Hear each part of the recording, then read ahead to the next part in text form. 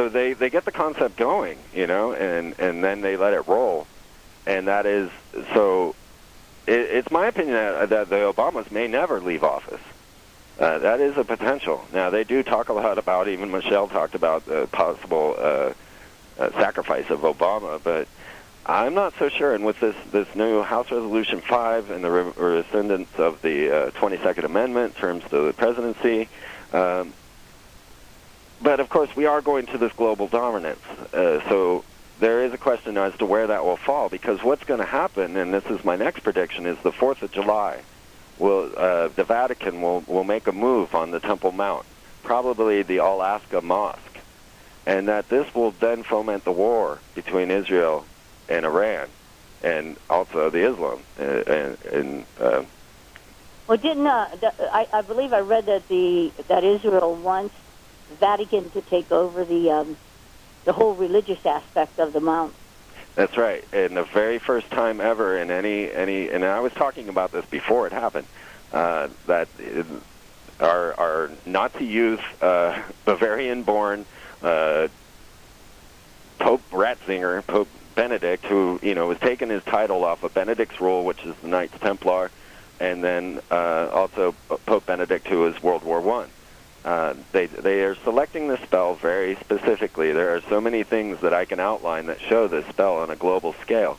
Now, you realize the Vatican came out and said that aliens are our space brothers and didn't suffer original sin. They came out and said the Templars were okay. We actually found this hidden document that hadn't been found that exonerates the Templars completely. But you couple that with my data where I'm showing the Pope taking W to St. John's Tower on Friday the 13th. This is ritual. This is Templar ritual. That's how I predicted that the bank would crash on 10/13. And this is what's critical for my information, is so that people can see the ritual and then see how it applies to their real-world status.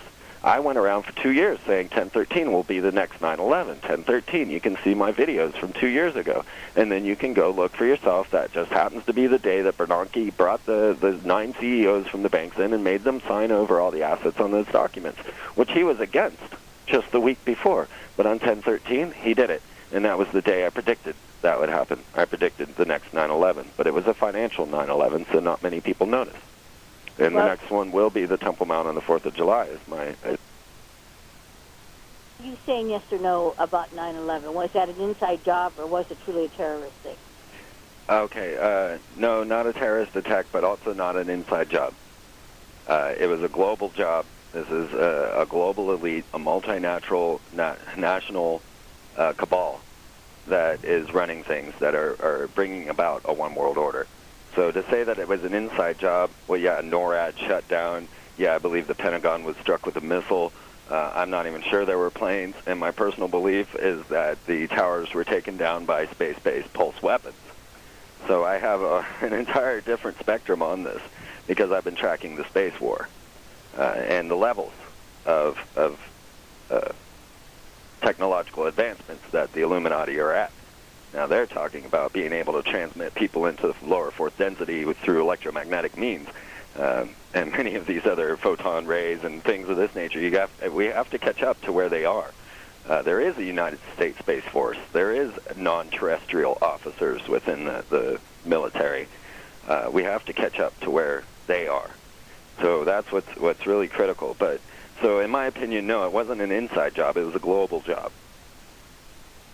Here's what I'm wondering. These idiots who are doing all this, are they thinking they're going to escape whatever the next dilemma is, and like you said, maybe World War III, because they're going to be underground already? Or do they not put that together, that they're living on an Earth that if we're in World War III, they're going to be affected? Well, I do believe that they think that they can survive this, yes.